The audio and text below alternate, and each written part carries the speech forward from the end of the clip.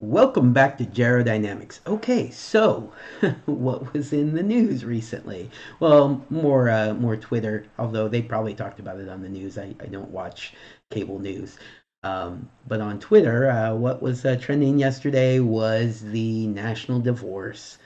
The national divorce, just to kind of give a my brief take on it, is an actual division of the country without civil war, but and an agreement. And I'm going to be doing a series of videos about what exactly that would entail, why it should be done, how it should be done, and just going into a lot of the pros and cons about that whole concept of a national divorce, where the country actually divides peacefully, mind you, but divides.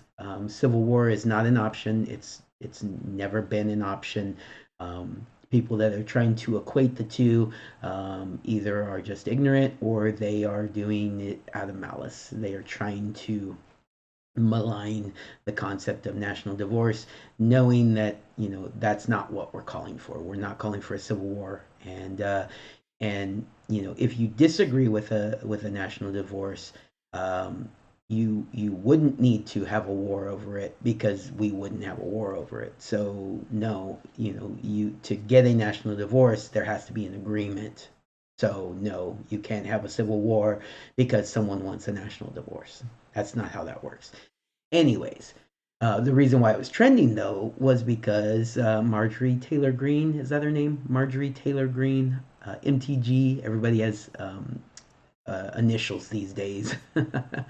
Not a big fan of hers. I don't disagree with her on everything, but I'm not out there with Marjorie Taylor Greene sign on my yard, right? Um, but uh, but I didn't disagree with her on this, and other than the fact that she used the term more as a attention grabber, because her Twitter thread then goes on to describe basically what is states' rights. It's not a national divorce.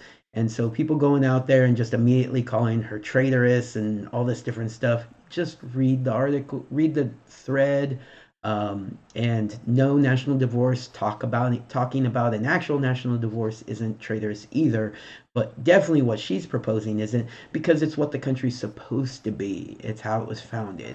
States have rights, and just because you don't like certain states doesn't mean that states don't have rights, and that's what she's talking about. She's basically saying, let me just kind of like do it in a nutshell. What she's saying is that the federal government should have extremely limited powers. They should be able to settle disputes when it's a conflict between states. They should defend our borders, not go out and conquer the world, not make everybody else look like the United States of America, not enforce our will around the world, um, defend our borders. That's what the federal government, is supposed to do, and it resolve disputes between states. That's pretty much it. There's not a whole lot else that the federal government is supposed to do, and we've gotten so far away from that that we need something drastic to happen, and that's why people are talking about a national divorce, and that's why she used this term, national divorce.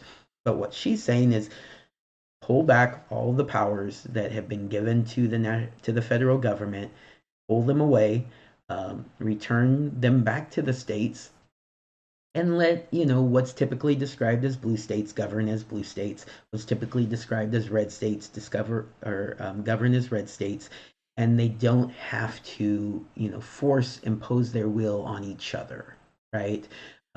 If one state wants to have high income taxes, they can have high income taxes. If another state wants to have zero income tax, they can have zero income tax. You don't have to force your tax rate on another state.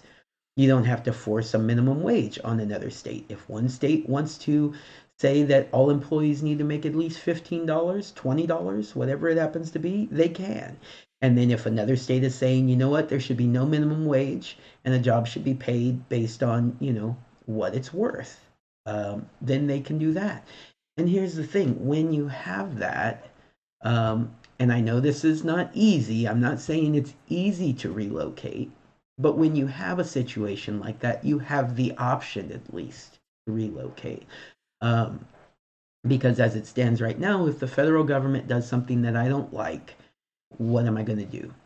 Because there's not really another country that I can go to that's better. I can't renounce my citizenship and, you know, create my own country. So what do you do? You're stuck, right? But if you have this situation where states do things differently, if you believe that the government should be highly involved in our lives, taking away personal freedoms, not allowing you to not as open with your individual rights, you can go to a state that does that. If you think that individual rights are key and that the government should not be involved in your personal life, then you can go to a state that does that. Um, and then we can look it what happens is you can look at what succeeds. So if you think that a government that taxes the wealthy um, would do better than a government that doesn't tax anybody, then we can compare the two and see how it works out. If one state does better than another state, then maybe the other state says, you know what, maybe what they're doing is the right thing, and we can try it out ourselves. You don't have to impose that on people. People will do what is successful if they see it succeeding in another environment. And then if you don't like what your state is doing, you can move to another state and experience the life that you think that you would like. And this isn't something that's easy. And maybe we could even build in some assistance for that, especially in the early days of it, help people relocate to where they would prefer to be. I would not be opposed to that because, yes, it's expensive to move, it's hard to move, it's scary to move, and I'm not trying to downplay that. But if you don't want to live in Texas and you want to live in New York, maybe you should move to New York, not turn Texas into New York. If you want to live in California, but you live in Florida, you shouldn't turn Florida into California. You should move from Florida to California. Um, Again, both of those moves are not cheap, not easy, very scary, but they're adventures, right? And so maybe we could develop at least early on. We could develop some sort of assistance to help that happen, and it would probably be a state system, right?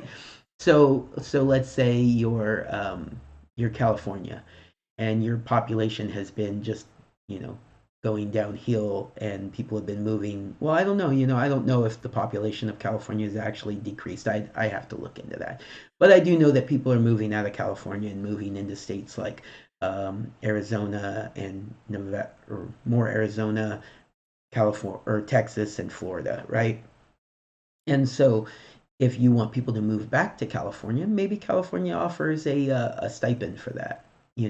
Alaska does it. Alaska does it now, currently, where they encourage people to move up to Alaska, set roots and develop a business or work, and they pay you to come up there. So a state could do that, right? And then they could assist people into coming to their state, and people could move out of the states that they aren't happy with. I could definitely see something like that working. Um, Again, early on, especially, maybe not you know, indefinitely, but it would help people get to where they want to be. If I was given that option, and Texas had a better environment for me, or Florida had a better environment for me than California did, I would consider it. It's definitely something that I would consider because California isn't doesn't meet my values. I do not find myself satisfied with California as a whole. I like where I live. I live in the Central Valley, which is a bit more conservative, um, a bit more rural, as it were, as opposed to like the big cities of Los Angeles and San Francisco. which I enjoy visiting. Don't get me wrong, I do enjoy, although I haven't been to San Francisco in a minute, and I've heard it's kind of gross. So I'll have to get up there again here soon and take a look for myself because those things can be exaggerated. Anyways, I'm not never really been a big fan of LA, but that's just my personality. So I could see moving to another state though. And yeah, I think that the freedom that allows is a much better system.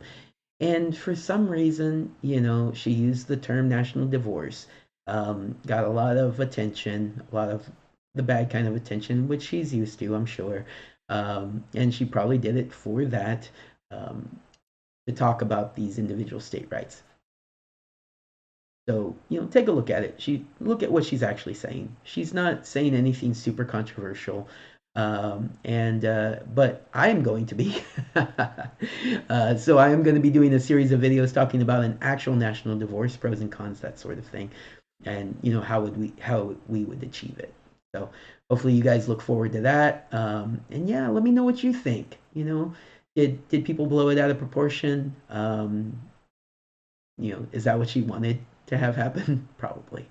Um, and yeah, what would be your preferred method? Would you prefer to do her version, which is go back to limited federal government and stronger states' rights, or would you prefer to just go ahead and just cut ties and actually separate the country into two or more smaller countries? Let me know what you think. All right, everybody, take care. Have a good day.